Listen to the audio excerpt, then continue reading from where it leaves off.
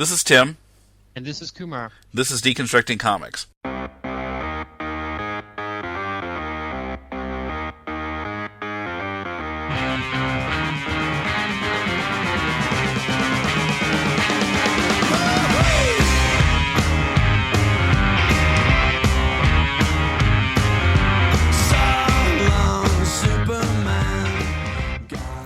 Welcome to Deconstructing Comics, sponsored by ComicsNow.com. Today we're going to talk about Ode to Kirihito by Osamu Tezuka. This is a huge, 800-some page graphic novel. Originally, it says in the front of the book, it was serialized in Big Comic, the quote-unquote phone book manga in Japan, in 1970-71. And actually, I think that placing it within its time helps to kind of understand it. But I'll get to that later. You were the one who recommended we read this one. What caused you to bring this one up? Well, Vertical has been publishing some Tezuka stuff, and I think the other big one they're doing is the Buddha series. And they recently put out a book called Mu, spelled M-W. And I read some reviews, and a lot of the reviews mentioned that Ode to Kirihito was better. And I was like, oh, yeah, there's that book, Ode to Kirihito. Maybe that's a good choice to get. So that's how I ended up choosing it. I see. I have a lot of kind of experience with Tezuka's earlier stuff aimed at kind of kids, because I did four translations myself, and I've read most, like the first 8 Astro Boy volumes or something like that, but I've never read any of his more adult stuff in English, so I thought this was a good choice. It's one of the more famous ones for sure. Yeah, well, I guess I had not been aware that he did like more adult stories too, so I was a little surprised by like the nudity and so forth in this one. Right. Right. Although, I have to apologize for that too, because you said you didn't want to do a horror book, and then I got this one, and I looked at the back. I didn't know what it was about. I looked at the back cover. It said, horror. I didn't really feel like this was a horror book though. Right. Yeah, I thought I was thinking more in terms of suspense. Right. As I read this, I didn't really think of it as horror. Okay. Well, and actually, a lot of the more kind of a lot of the more kind of like violent things or whatever in this book are more just kind of hinted at. Right. That's true too. There's some like really horrible accidents and some rapes and stuff like that, Yeah. but usually it's hinted at to the point where you're not even quite sure that it happened. Right. Is that actually what he meant was happening there, or maybe it just looked like it might happen? I think that's kind of deliberate, because usually you find out afterwards what exactly happened. Yeah. In that previous scene that was kind of a bit vague. Yeah. Now, on the other hand, when it gets into surgery, he shows us everything. And of course, he was an MD himself, so that's right. That's exactly why. Yeah. And doctors and medicine and so forth play a big part in the story. Right. That's right. And in some of his others too. And I don't know if American audiences are familiar with Blackjack at all. It's coming out. I don't know if it's already come out or it's coming out very soon, but they are at this stage. I think they're pretty familiar with Blackjack. Okay, because the main character in that is also a doctor, so. Right, for hire, like mercenary. If you can pay his fee, he'll perform any surgery anywhere, basically. But this is a bit more. I guess thematically, it kind of questions the profession a bit more than I ever. I don't really remember Blackjack ever being kind of because Blackjack was operating outside of the orthodox medical system, whereas in this case we're dealing with doctors and hospitals and administration and bureaucracy and all that sort of stuff. The politics and of the being a doctor. Exactly the politics of pharmaceuticals in a sense kind of comes into it as well. All of which Tezuka seems to be kind of cynical about, and kind of got a sense of why he ended up not being a working doctor, if he kind of felt that way about how the system was working. Mm-hmm. Yeah. Now, we should say a little bit about what the story is. Yes. It's about a Dr. Kirihito. What was his first name? Kirihito was his first name. Osanai was his Yeah. family name. Yeah. Yeah. Kirihito Okay. Osanai. Yeah. And he's sent to this village to investigate a disease called Monmouth disease, which makes people turn into something like dogs. Right. Like Right. half human, half dog Right. creatures. Right. And he finds himself kind of trapped in this village and catching the disease. Right. And that's just kind of the first act, and it turns Yeah. into he ends up traveling to various places in the world and Right. dealing with a lot of different kinds of situations. While back home at his hospital, a lot of kind of political stuff is playing out, and trying to Right. figure out what happened to Well, him. yeah. Well, the big subplot at home, or that even influences while he's bouncing around the world against his will, is basically that the head doctor at the hospital believes that the disease is caused by a virus, Mm-hmm. and Kirihito and his colleague, whose name I can't remember right now. Urabe. Yeah, Urabe believe that or they come to certain conclusions that it's not caused by a virus, but by environmental conditions. Mm-hmm. Yeah. So that's basically the big political problem, is that the hospital director needs it to be a virus to earn his place as president of the Japan Medical Association. Yeah, and he wants to cover up any evidence that it's not That's a right. virus. Exactly. Right. He says, if it is a virus, we'll figure that out afterwards, because I don't want to blow my reputation now that I've said it's Right. a virus. Right. Now, we mentioned Urabe, but now there's a interesting character. Yeah. I mean, in some parts of the story, he feels like almost a hero of the book, and yet That's right. he's a serial rapist. Yes. Well, that's something weird about the book, because almost every character, even the hospital director, there's some sympathetic level to them. Mm-hmm. To them. Or even a character as horrible as that Mr. Man guy. Right. We get a little sympathetic background on him, kind of put Right. his actions in context. Right. Which is kind of an amazing. I think that's one of the amazing things about this book, especially with Urabe, because I mean the rapes happen, and it's almost like he's so possessed by whatever that he rapes these women, but then he's deeply remorseful afterward. Mm-hmm. And somehow Tezuka makes you forgive him. Mm-hmm. And I think the way he illustrates these things happening makes you kind of see the kind of mental anguish he's going through that forces him to commit these awful acts. Because I can't ever imagine feeling sympathetic for a rapist in any other work, but somehow in this book, Tezuka has somehow depicted it in such a way and delineated the character in such a way that you really you almost forget that they've happened. Mm-hmm.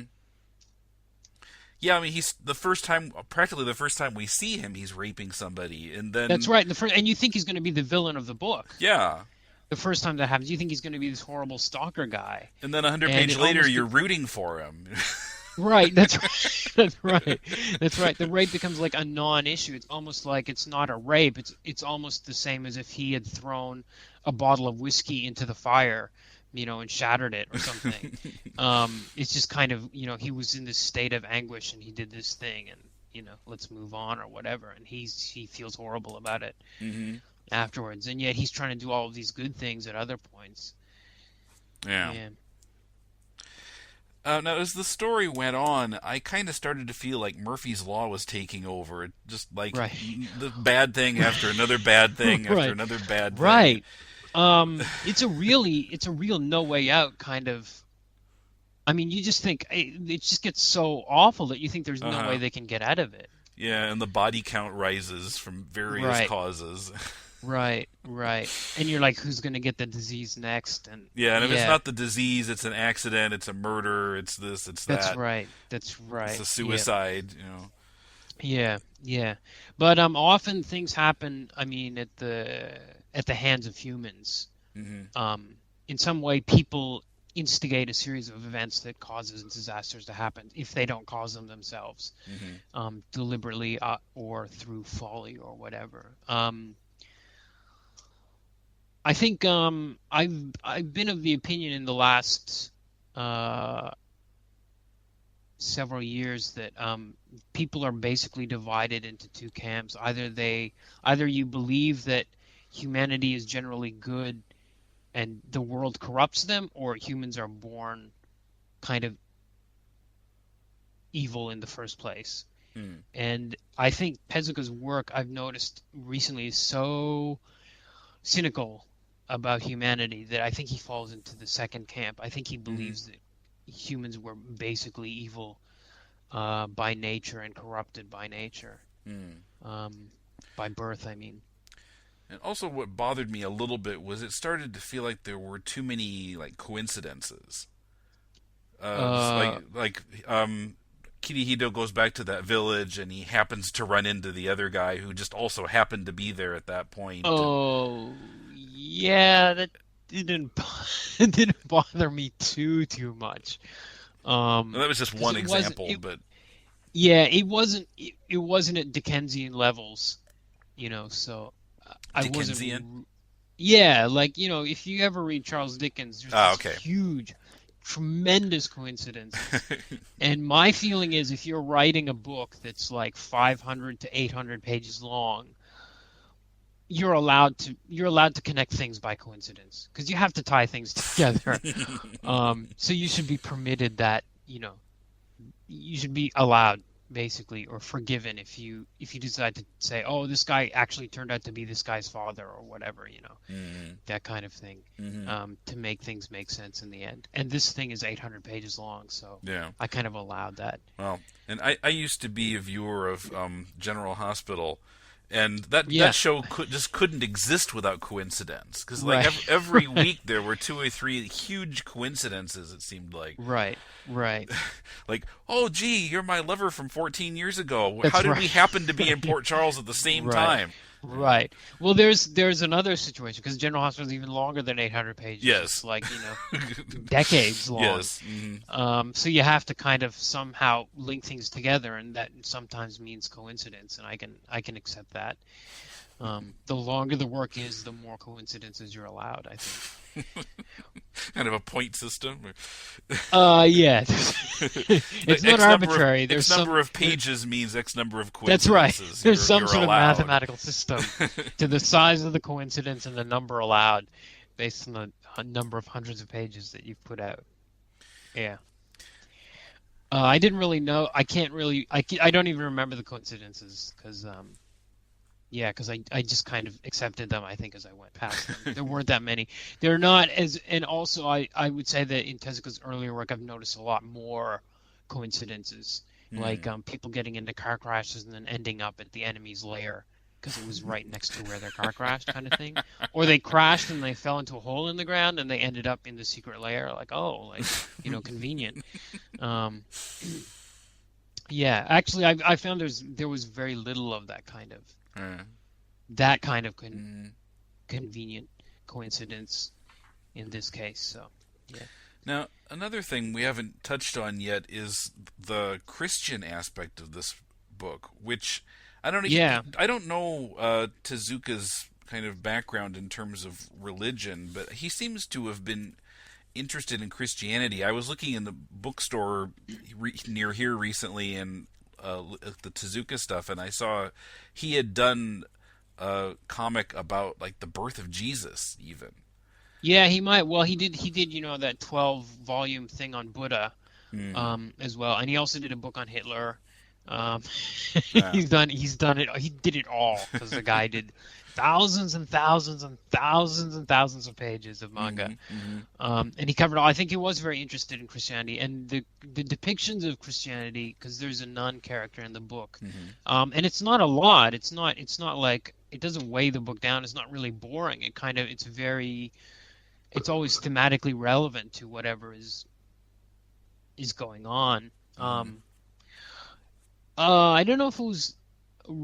I don't know if I would call it a surprise, but I mean, I guess by virtue of I guess he made that character a nun specifically because he wanted to talk about some Christian things, maybe, or Mm-hmm. maybe when he made a nun, he realized, hey, I can do some Christian stuff. I don't know which way around it was, but it does seem quite poignant, I thought.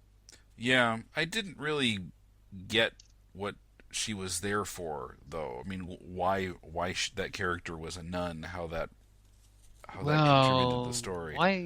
why is anybody in it really? Because I mean, really, um, Tezuka he brings characters into contrast with each other. Like Kirihito goes to this village. Okay, he's got this fiance Mm-hmm. in Tokyo, and she kind of contrasts with him in certain ways. You can kind of see his character based on how he plays off of her.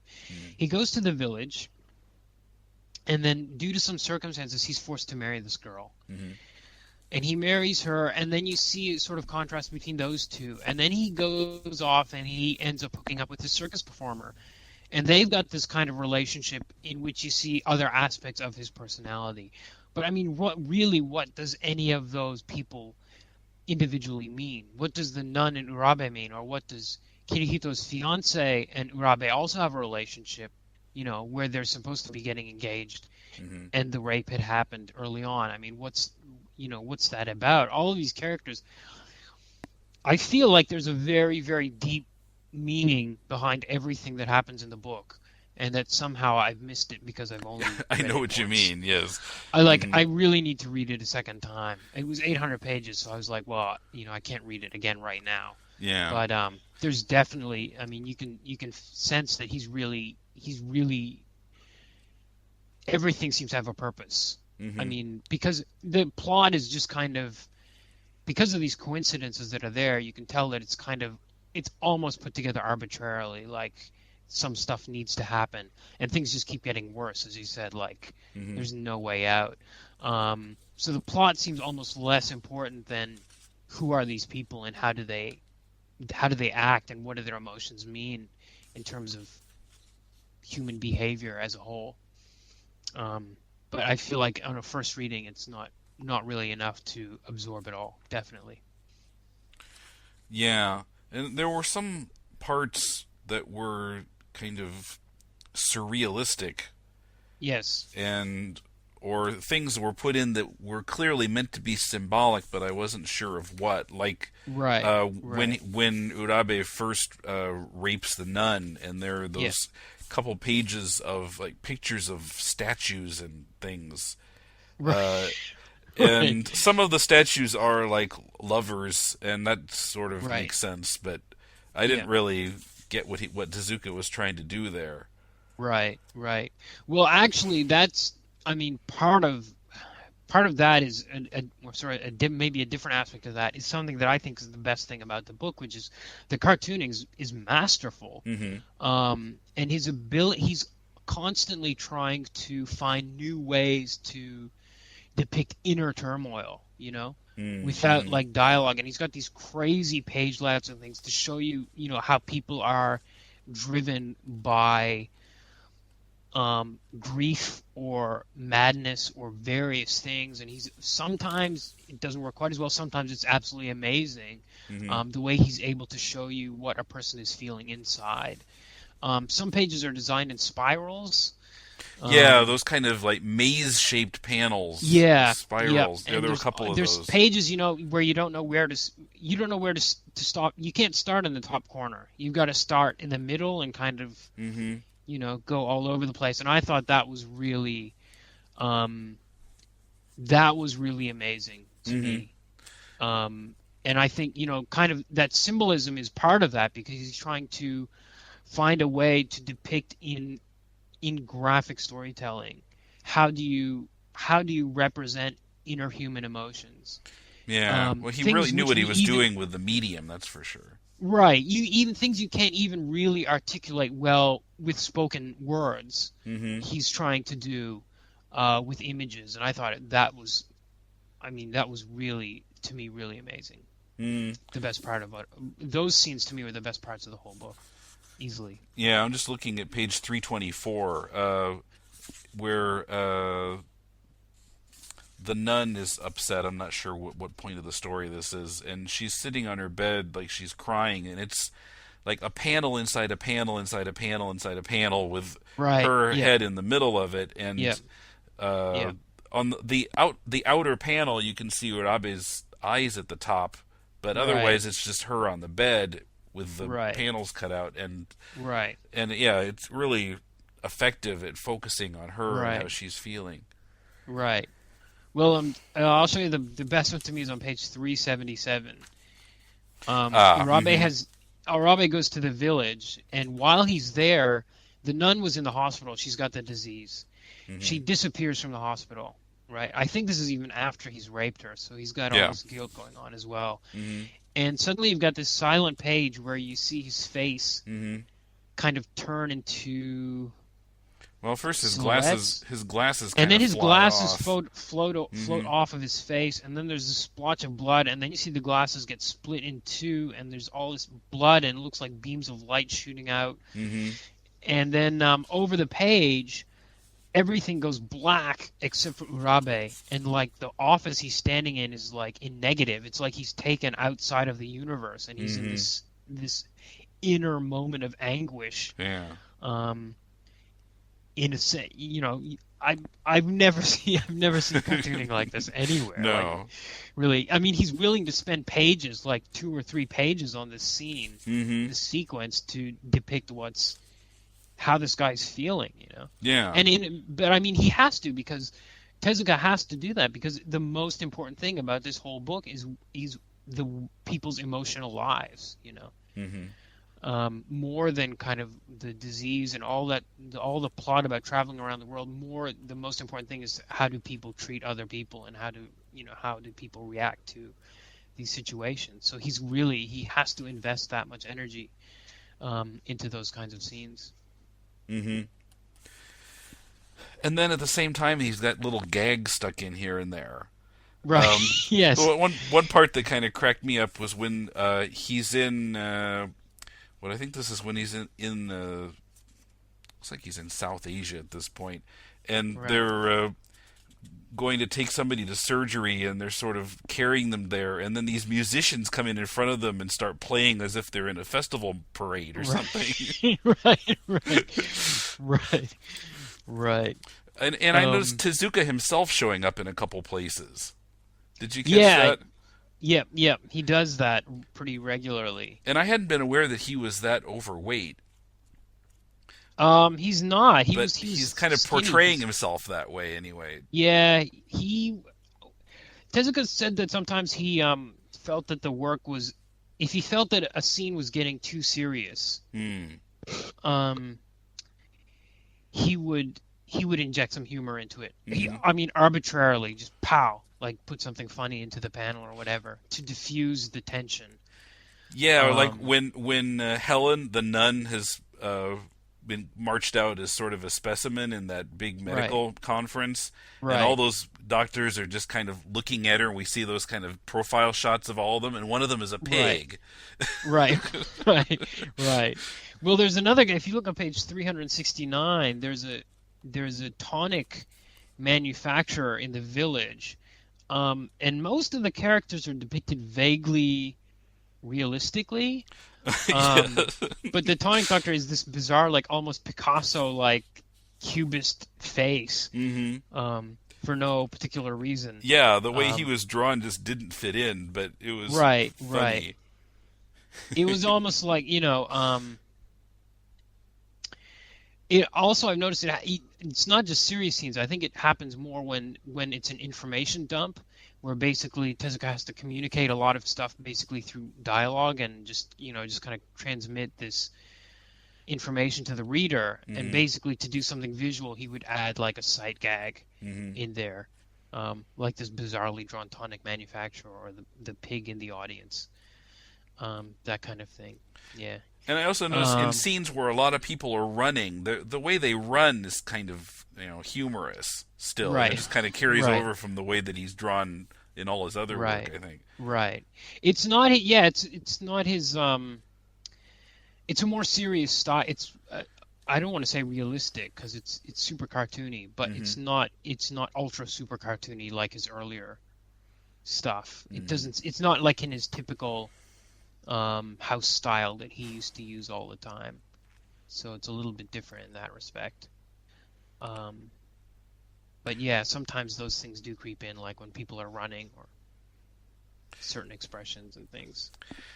Now, the central issue of the whole story is the Monmouth disease, and I was Right. trying to figure out he seemed to be making several points with that. Yeah. Part of it was just the whole prejudice thing. Kirihito says people are judging me based solely on what I look like.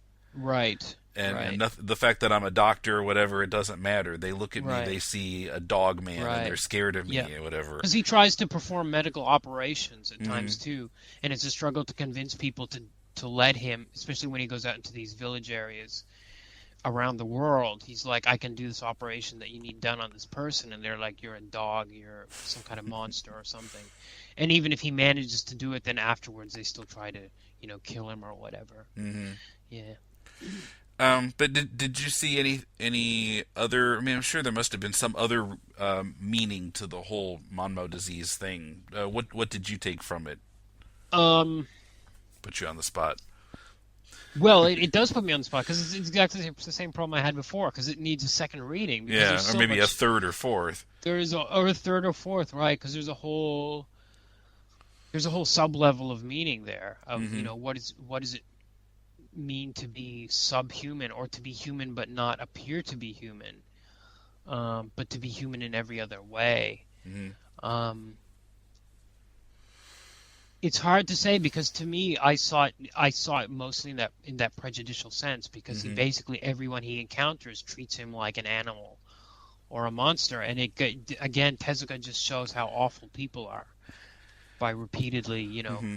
kind of showing that no matter who he encounters, they basically treat him like some sort of creature, which Hmm. subhuman. Now, I said at the beginning, I think the context of the time had something to do with it too, and he ties it in with the Minamata disease. Right. That little village that the nun finds where they don't have Monmo, but they have something else, and they mention Yeah. Minamata at that point, and it's Yeah. something similar to that, where just everybody Right. has this painful swelling, Yeah. Yeah. and they don't know what's causing it, Yeah. and they never do figure out what's causing it. At Right. least Monmo, they figured out the source. But I Right. wondered Right. if maybe he was making some kind of a statement about the people who had the Minamata thing, which was caused by what, mercury Oh. in the fish, I think, Yeah. Right. in the Right. water, and then the fish consumed it, Oh. Right. Yeah. and Yeah. I think this is just shortly after that happened, Yeah. Oh, that's good because I never put that together, but you're right about that. or at Yeah. least this would have been much sooner after it than we're at this point. But Right. um, I'm trying to think Right. when that happened exactly, Well, 50s or based 60s. on what you're saying, I guess, those people must have been treated similar to what Hmm. the Monmouth, I just the looked way it up people are here. It treated over. originally turned up in 1956, so this is Okay. still like almost 15 years later. But Yeah. but there was a Yeah. second outbreak in Niigata in 1965. Right. Okay. So it was still a pretty topical thing at Yeah. that point, I would think. Definitely. Yeah. Yeah. Yeah.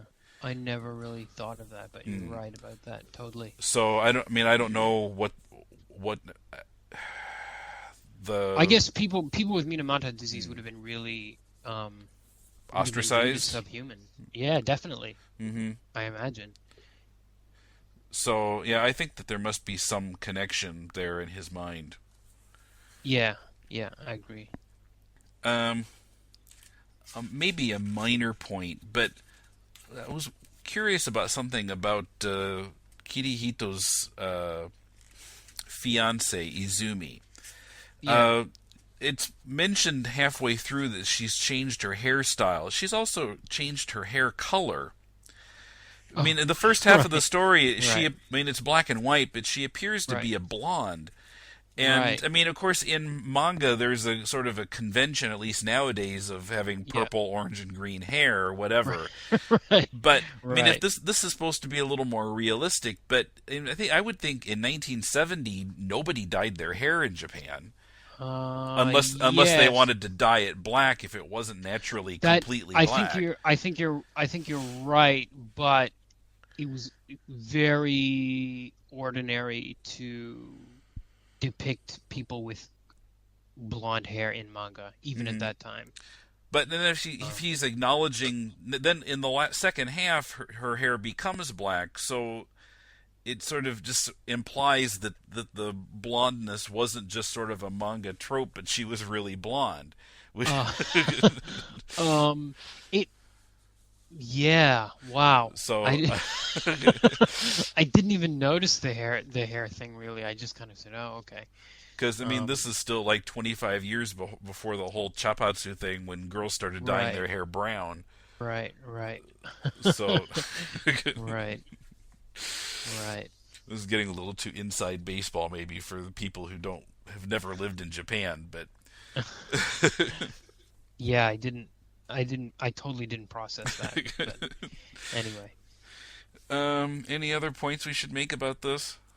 Yeah, let's talk about the book, the design of the book itself, of the English version. Hmm. Um, because first of all, I want to say that the cover scared the crap out of me. Yeah, it is a little Um, creepy. because I just looked at it as like it's half a guy's face, and there's kind of a removable band over half the cover. Hmm. And I was like, okay, it's a guy's face. And I looked at the back, and it's like and I read the flap, and it's kind of, oh, it's about this disease that Hmm. turns people into kind of dog-like monsters. And I was like, Hmm. oh, okay. And Hmm. then you lift the flap, and I won't reveal it, but it will scare the crap out of you. I was like, holy cow, what have I gotten myself into? Um, and also the other important point is that this book has been flipped, which Ah. is very unusual these days. Hmm. They basically, 5 or 6 years ago, almost every company stopped flipping books. Yeah, but by which we mean reversing it so that you could read it left to right That's right. in English. That's right. Yeah. Um, And they did that with this one. Yeah, so the art yeah. is backwards. Right. So, part of I mean, well, you tend to, if you know that a book's been flipped, or if I mean, obviously they've done it to reach a wider audience than your standard American manga reading audience, right? They're going for Hmm. a general audience. Hmm. Um, but part of the problem is if you know a book's been flipped, you start looking for problems. Yeah, Um, once in a while I'd think, gee, I haven't seen anybody like writing with their left hand yet, but right, right. Well, I did notice at least one panel where the cars were driving on the wrong side of the road. uh, And usually another problem is men's buttons tend to be on the wrong side of their suit. hmm. But Tezuka cartooned it in such a way that I don't think that ever actually turned up. Hmm. Um, I think like the so signs in Japanese, they repaired those so that it wasn't backwards Japanese. right, right, that's right. Yeah, yeah. So they've they've done a really good job where it reads very smoothly. That was one of my reluctances in not picking up the book when it first came out a year ago, Hmm. was that I heard it had been flipped, Hmm. and I was kind of of two minds, like, do I really want to pick up this book if it's because I always feel like it's a little bit, I don't know, there's something, it's a bit too interfered with, Hmm. but generally I thought it read really smoothly, Hmm. despite that. Yeah. Also, that was, I mean, speaking of reading smoothly, part of the reason that I missed the whole subplot, or not subplots, but I missed kind of the symbolic meaning of things, is that I read it way too fast, I think, because as a translator, Hmm. you have a bad habit of skipping the silent panels, and just looking for the next bit of dialogue, Hmm. you know? Hmm. And that's kind of a bad habit that I've gotten into, where sometimes I don't stop and often if there's no dialogue in the panel, that means you have to spend more time looking at it to get the facial expression and things like that. You actually have to spend more attention on a panel with no dialogue than a panel with dialogue. But having translated for so long, I tended to kind of flash past those a little bit faster than I should have, and that affected my reading of it too. But that's a personal problem that nobody else will encounter reading this book, I don't think. Yeah, I read it a little too fast just because I was trying to make sure I finished it before we started recording. Right. I just finished it this morning. Right. But I'm definitely going to read it again at some point. Yeah, I expect I will too. It's certainly a book I would recommend. Oh, definitely. I think it's. I mean, despite all the weird things we've been saying about it, I think it's really excellent and it's compelling. Like, I mean, you know, you're just constantly like, how are they going to get out of this? Yeah. It's unbelievable. And as I said before, the way he's able to, you know, cartoon inner turmoil to me was just, you know, was phenomenal. I think it's and despite all these horrible things happening, it's really an enjoyable page. Oh yeah. It was like can't put it down level. That's right. Yeah. So yeah, it's totally excellent, I thought. Yeah. There's some, you know, we haven't mentioned that Tezuka is called the god of manga in Japan, and often they simply refer to him as Kami-sama on, like, you know, TV stories about him and things like that. There's some. I read a book by a woman called Sharon Kinsella, I believe, called Adult Manga. Which I think it reads like it was her PhD thesis, and she basically went to Japan and talked to all of these editors at the big magazines about the industry. And there's some speculation in that book, I guess she must have got it from some editor, that Tezuka's reputation was inflated by the media after his death. And I don't know, was he the god of Japanese manga? Was he the greatest, you know, artist of all time of manga? I don't know, and was his reputation inflated? Well, maybe, who can say? But I will say that this book really, if you read this, I think his reputation was deserved. I don't want to say flatly like he was the greatest cartoonist of all time, but there's no reason to specifically doubt it, given the quality of the work in this book, I think. Yeah, well, I mean, it wouldn't be unheard of for someone's reputation to be taken up a couple notches after they died. I mean, I think of Kennedy or John Lennon, but yeah, I mean, it happens all the time. Kurt Cobain. But you know, there's some they deserve, you know, some recognition, certainly. Yeah, all those people. Yeah. One other thing, just little thing that I kept noticing. Now, I don't know. I think a fair number of the manga tropes that we see these days may have been started by Tezuka.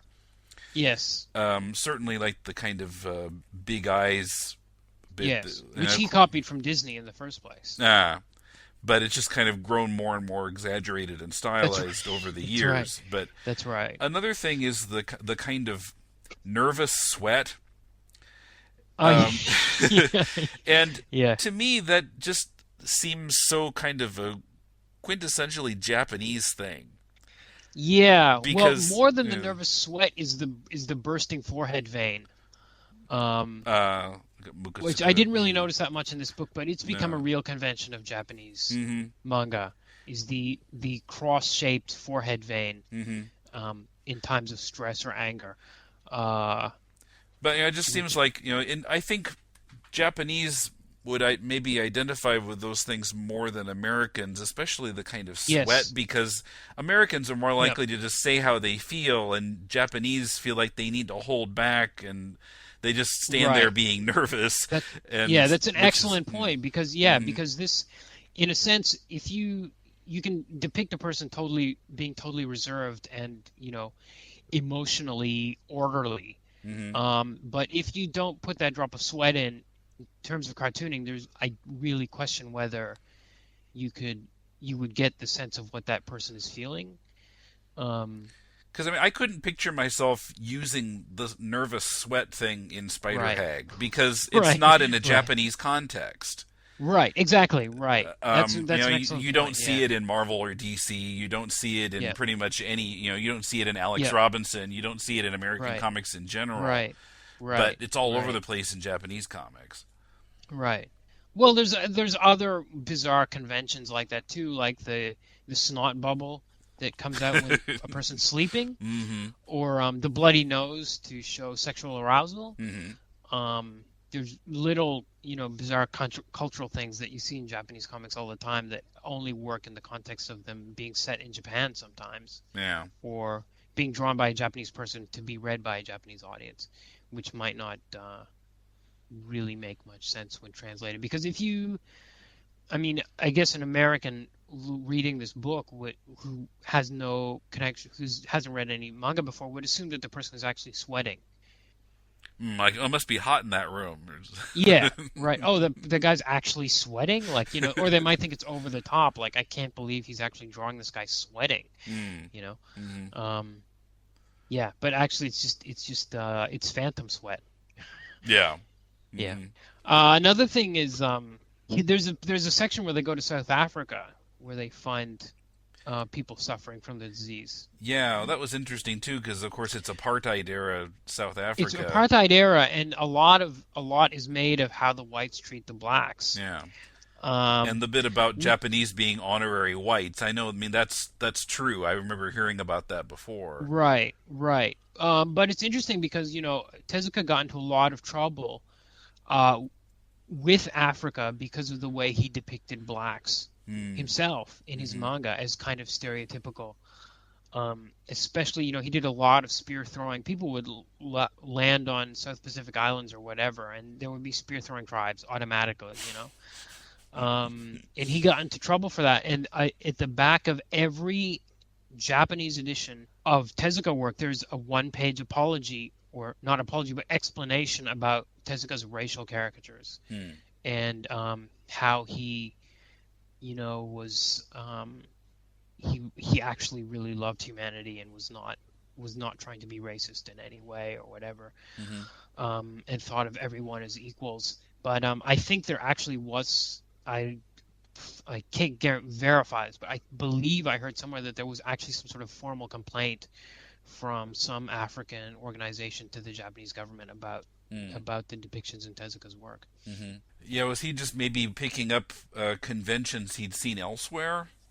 It seems that way because that's the way most Japanese cartoonists, especially from that era, worked. And he kind of drew these kind of donut-lipped Mm. blacks or whatever, and he would have just picked that up from American newspaper cartoonists, basically. For Yeah, the I mean, most if you part. watch early Disney stuff, that you see those same kind of caricatures. Yeah, yeah, he definitely would have gotten it. Yeah, from there, especially if you read the Floyd, what's his name, Floyd Gottfriedson's Mickey Mouse stuff. Yeah, especially if that era were really, really racist in that respect, and Mm-hmm. it's kind of interesting.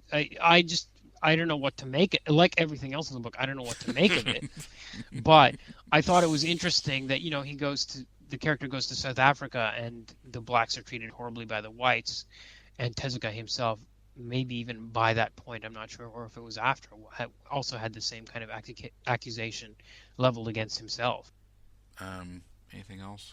Um, I don't know. It's hard to talk about without giving things away.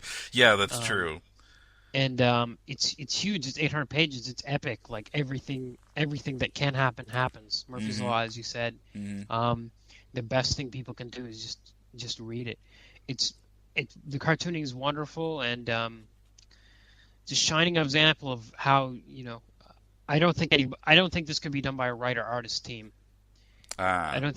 I don't think there's any way a writer could say, okay, in this panel, the eyeglasses float away from the face with the eyes still in them, and in the next panel, the glasses are being cut in half or whatever. Yeah, 'cause I can just. I mean, some writers can do that, like Alan Moore could probably pull it off, but Yeah, but to I communicate to an artist exactly what you got in your head. right, I think it needs to be the product of a single mind, and I think this work is truly the product of a single author, just putting down exactly what he needed to put down to tell the story that he needed to tell.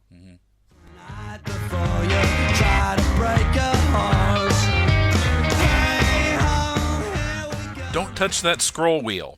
In a moment, I'm going to fill you in on next week's show, which is a very important one for creators who want to protect their work.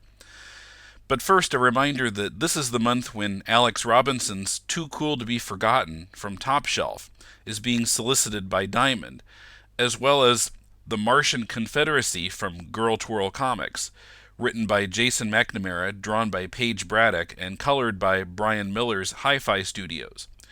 All these creators have been on Deconstructing Comics in the past few months, so go back in the feed or on our website at globalcomics.net and listen to those shows if you haven't yet, and then visit comicsnow.com for big discounts on both books. Comics Now provides many of the comics we review on this show, as well as Eric's newsletter, which you can read on our site, globalcomics.net. Our theme song is performed by Firewater. Let us give you some feedback on your comic. Send it to us at podcast@globalcomics.net, and we'll review it on the show. Also, if you'd like to send us a donation to help keep the show going, use the PayPal link on the podcast page at globalcomics.net. Next week, I'll be discussing the issue of Orphan Works with Brad Holland. He's a Pulitzer-nominated illustrator and co-chair of the American Society of Illustrators Partnership. There's pending legislation regarding orphan works, which are copyrighted works for which the copyright holder can't be contacted. Mr. Holland's organization is drawing attention to the huge problems with the bills that are before the United States House and Senate. If the legislation becomes law as is, it could make it very difficult for creators to protect any work they do, and there are likely to be international repercussions as well. So, if you are a creator, even if you've never had anything published, you won't want to miss next week's episode. Till then, thanks for listening. This is Tim. See you next week on Deconstructing Comics.